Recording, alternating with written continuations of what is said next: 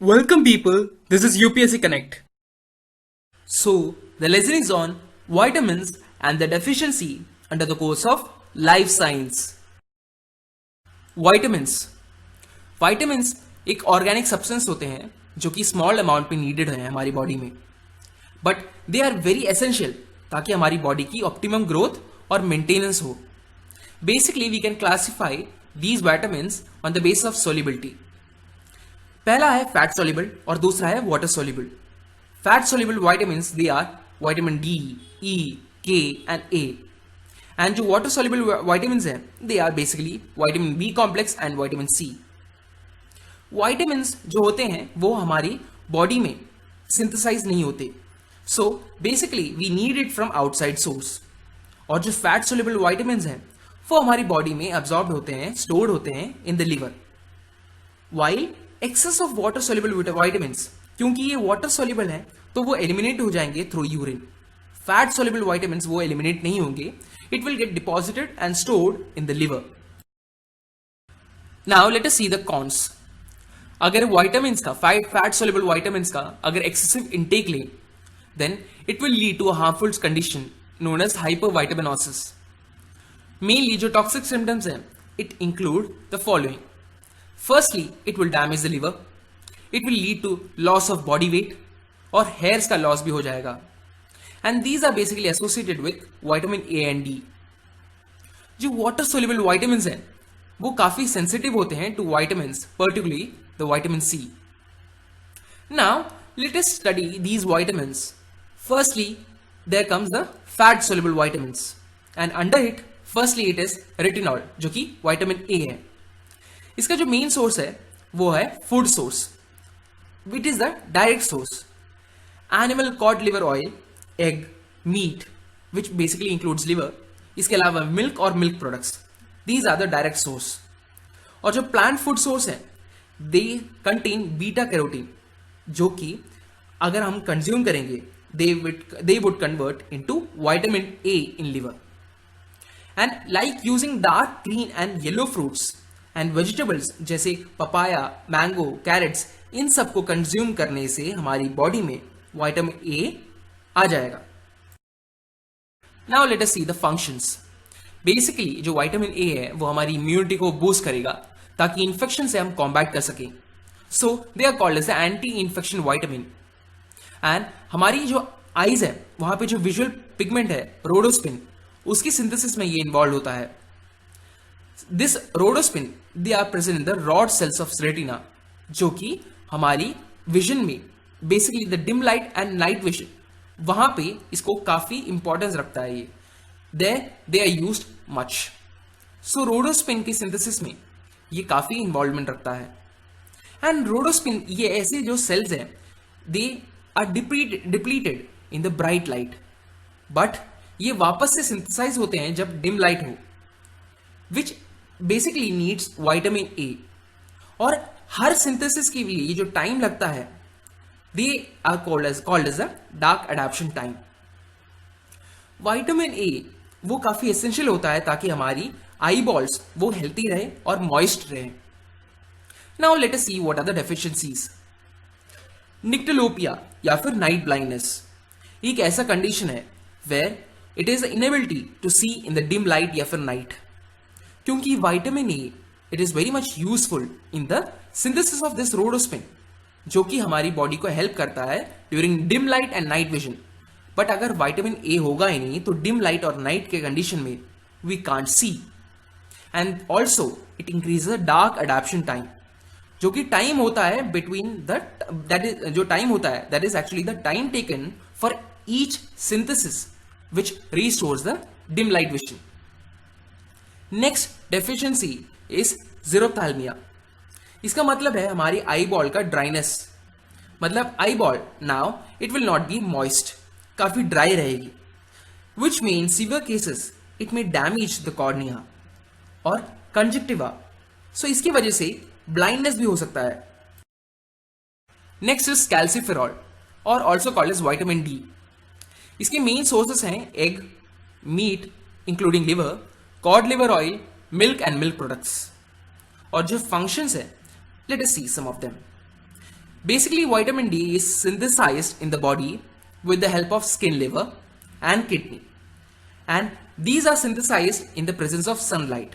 So इसके लिए इसको सनशाइन विटामिन भी कहते हैं. ये हमारी बॉडी में कैल्शियम और फॉस्फोरस वो बोन में उसके डिपोजिशन को इंक्रीज करेगा. सो इसकी वजह से हमारी बॉडी में रिजिडिटी, बॉडी में बेसिकली बोन्स के थ्रू रिजिडिटी और स्ट्रेंथ आ जाएगी. जो बोन्स हैं वो बेसिकली मेड अप होती हैं टू कंपोनेंट से. पहला होता है organic part which is collagen protein, while जो इनऑर्गेनिक पार्ट है it includes hydroxyapatite salts. Mainly they are of calcium and phosphorus and they also include sodium and magnesium. और ये जो इनऑर्गेनिक पार्ट है ऑफ द मिनरल्स ये क्या हमारी bone को स्ट्रेंथ प्रोवाइड करता है. वाइल ऑर्गेनिक पार्ट जो कि कोलेजन प्रोटीन है ये काफी इंपॉर्टेंट होता है ताकि बोन्स मेंटेन रहे. Now let us see the deficiency. The deficiency of vitamin it leads to condition known as rickets. और अगर ये चिल्ड्रन में रिकेट्स हो जाएगा then it will lead to reduce deposition of calcium and phosphorus in bones, जिसकी वजह से bones काफी सॉफ्ट हो जाएगी एंड फ्लेक्सिबल हो जाएगी and they may also curve inwards. They basically curve inwards due to the increased body weight. जब child का बॉडी वेट अगर इंक्रीज होता है एंड जब बोन्स में कैल्शियम और फॉस्फोरस अगर डिपॉजिट नहीं होते so they can't handle this increase body weight. During that situation जो हमारी बोन्स है वो इनवर्ड कर्व हो जाएगी and this medical condition is known as knock knee और bow legs condition. There is also the softening of skull bones of infants या फिर बहुत जो चाइल्ड है उनके जो स्कल बोन्स है वो भी काफी सॉफ्टन हो सकते हैं if there is a deficiency of vitamin D. Apart from that other deficiency they are osteomalacia and osteoporosis. Osteomalacia vitamin D की डेफिशिएंसी की वजह से specially in adults they lead to demineralization of bones. मतलब है calcium और phosphorus वो कम होना. So it will lead to softer bones including the hip bones and leg bones जो कि काफी प्रोन होते हैं to fracture even due to minor injury. ये होता है ऑस्टोमेलेशिया. नेक्स्ट है osteoporosis. It is basically characterized by decreased bone density and इसकी वजह से हमारे बोन्स में कैल्शियम और फॉस्फोरस कम हो जाएगा. And this condition is mainly seen in females due to their hormonal imbalances. जो फीमेल सेक्स हार्मोन है oestrogen it basically promotes the increased activity of bones, bone forming cells जिसको osteoblast कहते हैं. और इसकी वजह से हमारी बोन्स में कैल्शियम और फॉस्फोरस डिपॉजिट होता है. बट ड्यूरिंग मीनोपोज जो कि अराउंड 45 to 50 ईयर्स है उस टाइम में फीमेल्स के जब फीमेल 45 या 50 ईयर्स की होती है दिस देन मीनोपोज अराइजेस. और इस टाइम में जो एस्ट्रोजन हार्मोन है उसकी जो कंसेंट्रेशन है वो कम हो जाती है. So, thus, it leads to reduced activity of osteoblast. And इसकी वजह से दूसरे साइड में ऑस्टोक्लास्ट की एक्टिविटी वो इंक्रीज हो जाती है. Osteoclast is basically a bone dissolving cells. ये हमारी बोन में कैल्शियम और फॉस्फोरस वो कम करता है. सो ऑन वन साइड ऑस्टोब्लास्ट वो कम होता है, उसकी एक्टिविटी कम होती है जिसकी वजह से कैल्शियम और फॉस्फोरस की डिपोजिशन कम हो जाएगा. और दूसरे साइड में ऑस्टोक्लास्ट की एक्टिविटी होगी जिसकी वजह से बोन डिसॉल्विंग सेल्स वो एक्टिव होंगे और कैल्शियम और फॉस्फोरस को रिमूव करेंगे. So this condition is basically known as osteoporosis in females. Next let us study tocopherol और विटामिन ई. इसकी जो मेन सोर्सेस हैं they are vegetable oil, sunflower oil, soybean oil, peanut oil, corn oil, meat which includes liver and egg yolk. इसके कुछ functions हैं so let us see some of them. It is a very powerful antioxidant जो कि हमारी body में cancer cells को prevent कर सकता है and it can also prevent cataract and heart muscles and diseases जिसकी वजह से हमारी बॉडी सेल्स में एजिंग होती है. और हमारी बॉडी में एजिंग इसलिए होती है due to the presence of free radicals. तो फ्री रेडिकल्स को ये काउंटरैक्ट करता है and therefore it is a powerful antioxidant and it can easily prevent the ageing. Free radicals ये बेसिकली कैरेक्टराइज होते हैं by unpaired electrons. Unpaired electrons होने की वजह से ये काफी अनस्टेबल हैं और ये हमारी बॉडी सेल्स को अटैक करेंगे. And body cells also include DNA. So इसकी वजह से इनके अटैक करने की वजह से it can lead to cancer. We include heart muscle cell disease also. Cigarette smoking की वजह से हमारी बॉडी में फ्री रेडिकल्स की कंसेंट्रेशन वो इंक्रीज हो जाती है. PUFA, poly unsaturated fatty acid, ये प्रोन होती हैं to oxidation. So therefore it will produce more amount of free radicals. So पूफा they must be accompanied with the antioxidant जो कि विटामिन ई है. Its deficiency basically is very rare condition and is almost never caused by a poor diet. जो premature जो infants होते हैं उनके यहाँ पे उनके बॉडी में ये कंडीशन शायद डेवलप होता है because it's a very rare condition and it may also lead to fat malabsorption. हमारी बॉडी में कोई भी फैट है वो प्रॉपरली एब्जॉर्ब नहीं होगा इसकी वजह से, इनकी डेफिशिएंसी की वजह से. नेक्स्ट इज फाइलोक्विनोन और विटामिन के. इनके जो मेन सोर्सेस हैं they are greeny leaf vegetables which include cabbage and spinach. And जो एनिमल सोर्सेस हैं they basically include egg and meat including liver. Now let us study what are the functions. ये हमारी body में काफी needed है because specially by the liver because ये हमारी body में ब्लड क्लॉटिंग प्रोटीन्स या फिर फैक्टर्स फॉर्म करते हैं which include prothrombin and fibrinogen. इसकी वजह से हमारी बॉडी में डेफिशिएंसी होती है which basically increases the blood clotting time. क्योंकि ब्लड क्लॉटिंग प्रोटीन से अगर फॉर्म नहीं होगी प्रॉपरली तो बहुत ही ज्यादा अमाउंट में ब्लड का लॉस होगा which includes a condition known as haemorrhage. So इसको हम लोग एंटी हेमरेज विटामिन भी कहते हैं. So that was all about fat soluble vitamins. Next, there comes water soluble vitamins. Firstly, it is the ascorbic acid or vitamin C. Citrus fruits होते हैं main sources जैसे gooseberry, आंवला या फिर orange या फिर lemon. These are the main sources. Now let us study what are the functions. ये एक बहुत ही powerful antioxidant है, so it can prevent cancer and hurt muscle cell diseases. और ये एजिंग को भी डिले कर देता है. It is involve in the collagen protein synthesis and therefore it is required in the tissue repairing या फिर wound healing.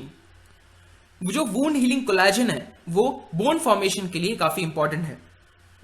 Vitamin C it is also useful in the formation of active component of one of the B complex जैसे vitamin B9 which is also called as folic acid जो कि हमारी body के red blood cells के development में काफी directly involve होता है.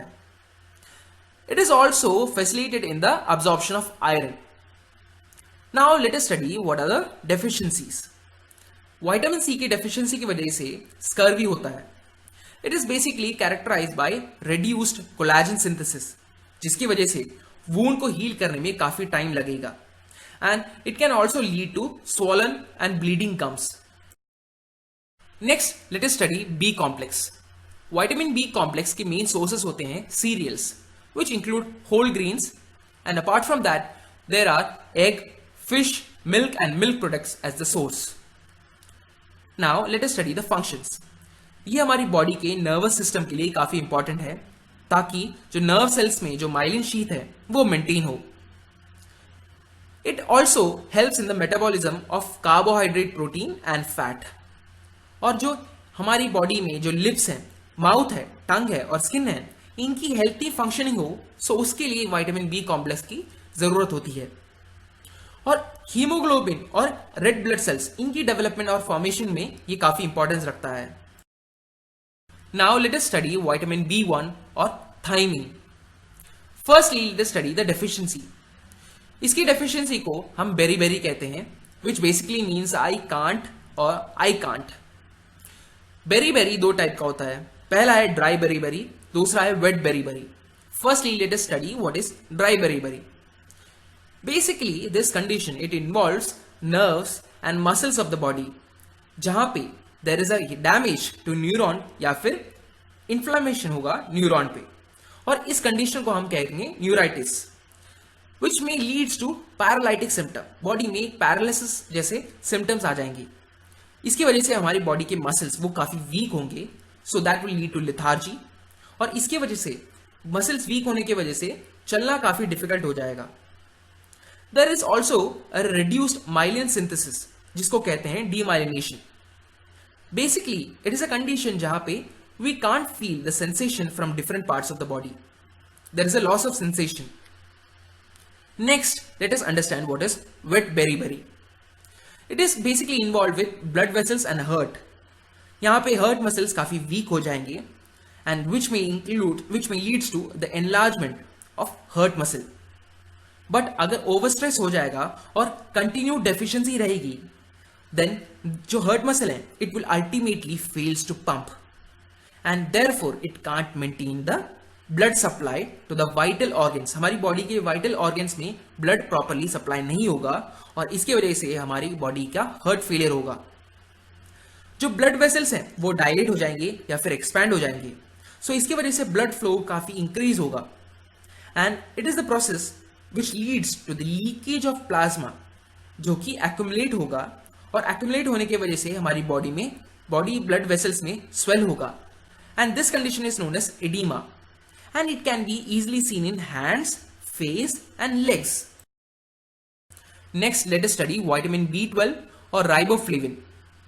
इसके deficiency उसको हम चिलोसिस कहते हैं, which basically means crack of fissures on lips and corners of mouth. Grossitis is another deficiency. यहाँ पे हमारे टंग में inflammation होता है, that is redness and swelling of tongue. इसकी वजह से स्किन में भी इन्फ्लेमेशन होगी. So next there comes the vitamin B3 या फिर नियासिन. इसकी डेफिशिएंसी कुछ फैक्टर्स होते हैं. So let us see all of them. Firstly vitamin B3 ये काफी इंपॉर्टेंट होता है ताकि हमारी बॉडी के जो एसेंशियल एमिनो एसिड हैं वो सिंथेसिस हो. Basically they are known as tryptophan.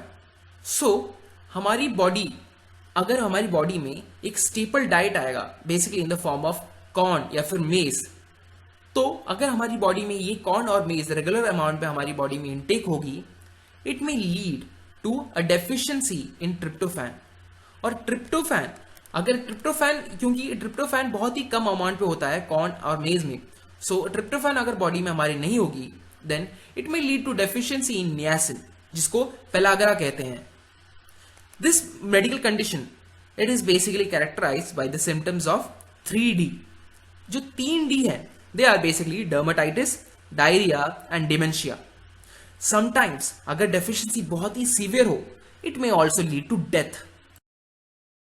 Vitamin B5 और pantothenic acid.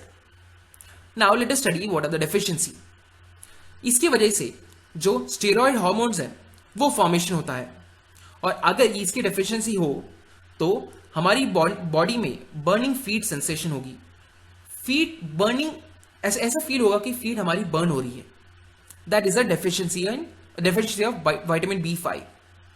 Next let us study what are the deficiency of vitamin B6 और पायरोडॉक्सिन.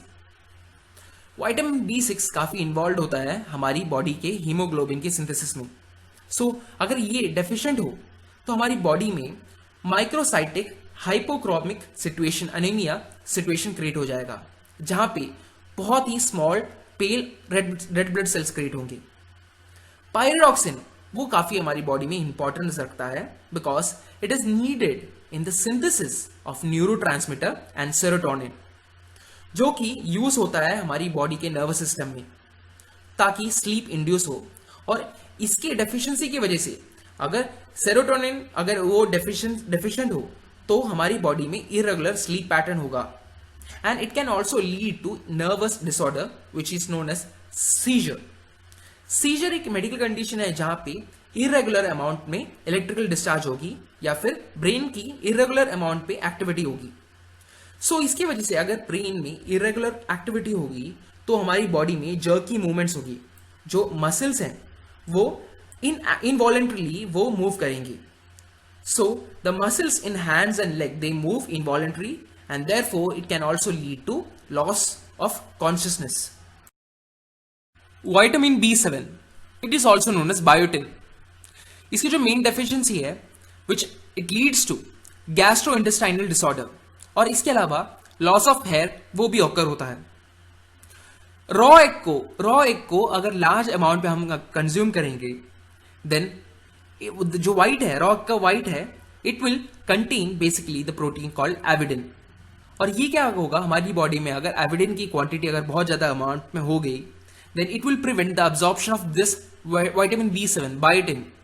सो इसकी वजह से हमारी बॉडी में विटामिन B7 की डेफिशिएंसी होगी। बट इफ वी बॉयल और हीट द एग्स, देन वो जो एविडिन है, जो एविडिन प्रोटीन है, वो डिस्ट्रॉय हो जाएगा, and therefore there will be no condition which leads to the deficiency of vitamin B7।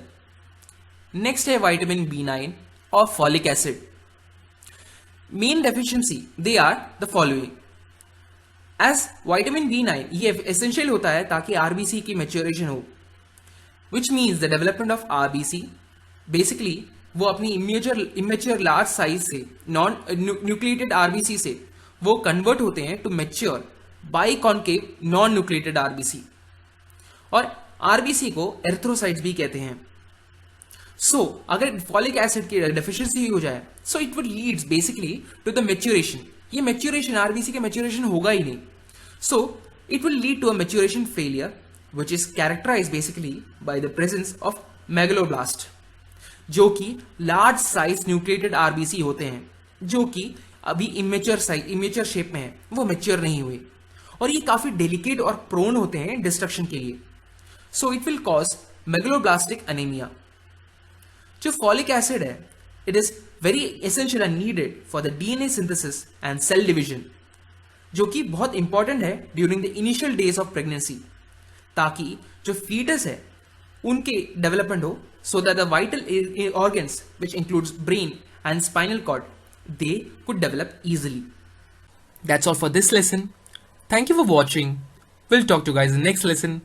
Till then, have a nice day.